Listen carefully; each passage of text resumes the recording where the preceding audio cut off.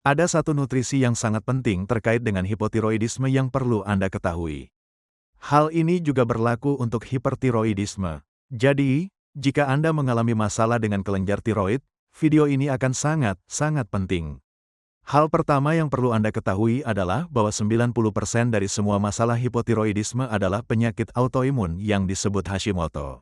Gejala hipotiroidisme meliputi kelelahan, intoleransi terhadap dingin, kenaikan berat badan, sembelit, kulit kering, rambut menipis, suara serak, dan nyeri otot dan sendi. Sementara itu, gejala yang tidak terlihat meliputi kesulitan berkonsentrasi atau berpikir dengan jelas, depresi, dan lupa. Terakhir, wajah bengkak atau penampilan yang membengkak, detak jantung melambat, perubahan siklus menstruasi, dan alis yang menipis adalah beberapa tanda fisik dari hipotiroidisme. Dalam kebanyakan kasus hipertiroidisme, ini juga merupakan kondisi autoimun. Apa itu kondisi autoimun? Ini adalah situasi di mana sel-sel yang diproduksi oleh tubuh Anda sendiri menyerang tubuh Anda sendiri. Ini adalah jenis antibodi yang sangat spesifik, yaitu melawan tubuh. Sel-sel kecil ini sebenarnya menyerang kelenjar tiroid Anda. Jadi, sel-sel ini diprogram untuk menganggap kelenjar tiroid Anda seperti patogen, bakteri, atau virus asing. Jadi, antibodi ini menyerang kelenjar tiroid dan mencegah fungsinya. Dan mereka juga menciptakan kondisi peradangan yang terus-menerus. Dan 90% dari semua kasus hipotiroidisme adalah autoimun. Sekarang mari kita bahas tentang satu nutrisi yang sangat penting. Anda mungkin berpikir itu adalah yodium. Bukan, yodium sangat penting. Karena tanpa yodium, Anda tidak bisa memproduksi hormon tiroid. Itu adalah selenium. Selenium sangat penting, dan Anda akan memahami alasannya sebentar lagi. Karena sebagian besar selenium dalam tubuh Anda terkonsentrasi di kelenjar tiroid jika dihitung berdasarkan berat jaringan tersebut.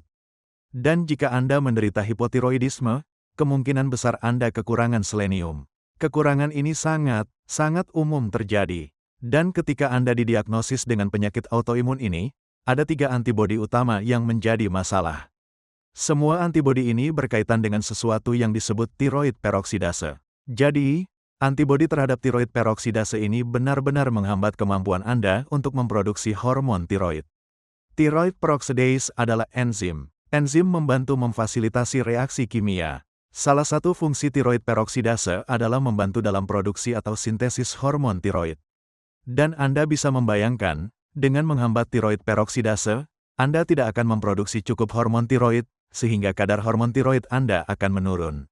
Itu disebut hipotiroidisme. Dan ada antibodi lain yang melibatkan reseptor hormon perangsang tiroid. Itulah hormon dari kelenjar pituitari yang dikirim melalui darah dan berkomunikasi dengan kelenjar tiroid. Kemudian hormon tersebut memberitahu kelenjar tiroid untuk memproduksi hormon tiroid. Dan reseptor tersebut disebut reseptor tiroglobulin. Jadi, jika Anda memiliki antibodi terhadap reseptor tersebut, Anda tidak dapat menerima pesan yang memerintahkan kelenjar tiroid untuk memproduksi hormon tiroid.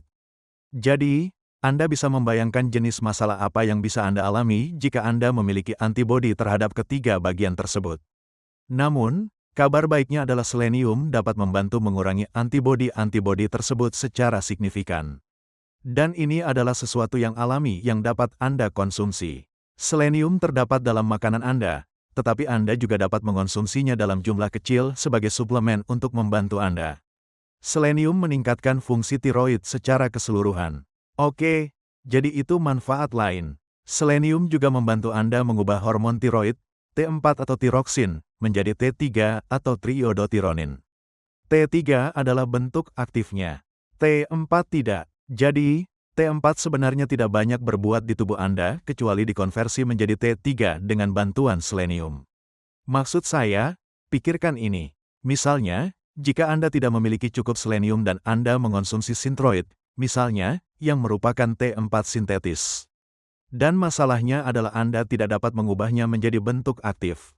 Anda tidak akan melihat banyak perubahan. Anda mungkin memiliki kadar T4 normal dalam darah Anda, tetapi bagaimana dengan T3? Anda benar-benar perlu memeriksa itu untuk memastikan bahwa T3 ada dalam jumlah yang cukup. Dan intinya, di mana sebenarnya masalahnya? Apakah dalam konversi? Apakah dalam produksi? Selenium juga diketahui dapat mengurangi miksidema, yang merupakan masalah besar dalam situasi hipotiroid. Sepertinya begitu, tapi bukan itu. Itu seperti pembengkakan yang menyebar di seluruh tubuh yang membuat Anda terlihat gemuk. Tapi itu bukan lemak sebenarnya. Sekarang, selenium juga mengurangi peradangan. Mengapa? Karena selenium terlibat dalam pembentukan glutathione, salah satu antioksidan terkuat dalam tubuh. Dan inilah mengapa selenium sangat penting bagi hati Anda. Dan itu adalah topik yang berbeda. Tapi selenium dapat membantu mencegah hati berlemak. Ia dapat membantu mencegah peradangan hati, ia dapat membantu mencegah fibrosis pada hati Anda. Hal ini dapat menurunkan enzim hati Anda, bahkan dapat mengurangi risiko kanker hati. Sekarang, selenium juga tinggi pada jenis ikan tertentu. Jadi, jika Anda khawatir tentang merkuri dari ikan tertentu, pertimbangkan bahwa ikan juga mengandung selenium. Ikan memiliki protein yang membantu menghilangkan merkuri dan kadmium. Sekarang, merkuri telah dikaitkan dengan kondisi autoimun kelenjar tiroid.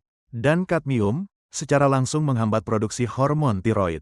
Jadi, inilah alasan lain mengapa selenium sangat penting untuk kondisi-kondisi tersebut.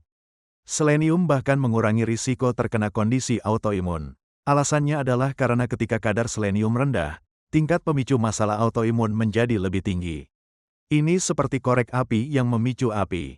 Dan juga, selenium adalah produk sampingan dari metabolisme tiroid. Anda memiliki hidrogen peroksida. Selenium membantu Anda memproduksi glutathione yang membantu mengatasi hidrogen peroksida ini, yang dapat menyebabkan toksisitas di kelenjar tiroid Anda. Selain itu, ketika Anda menderita penyakit Graves, yang merupakan masalah hipertiroid, seringkali Anda mengalami mata yang menonjol. Nah, selenium juga membantu mengurangi gejala tersebut. Lalu, dari mana Anda mendapatkan selenium? Selenium terdapat dalam daging, ikan, telur, produk susu, sayuran cruciferous seperti kubis dan brokoli, serta kacang-kacangan. Ada di bawang putih, dan tentu saja ada di daging organ. Selenium juga dapat membantu mengurangi risiko terjadinya nodul tiroid, dan bahkan dapat membantu mencegah pembesaran kelenjar tiroid. Kelenjar tiroid Anda memiliki mekanisme lain untuk menumpuk selenium, membantu daur ulang selenium, dan memastikan Anda tidak mengalami kekurangan selenium. Saya harap Anda sekarang memahami pentingnya selenium terkait dengan tiroid. Berbicara tentang dosis selenium, tentu saja saya selalu merekomendasikan mengonsumsi makanan yang kaya akan selenium.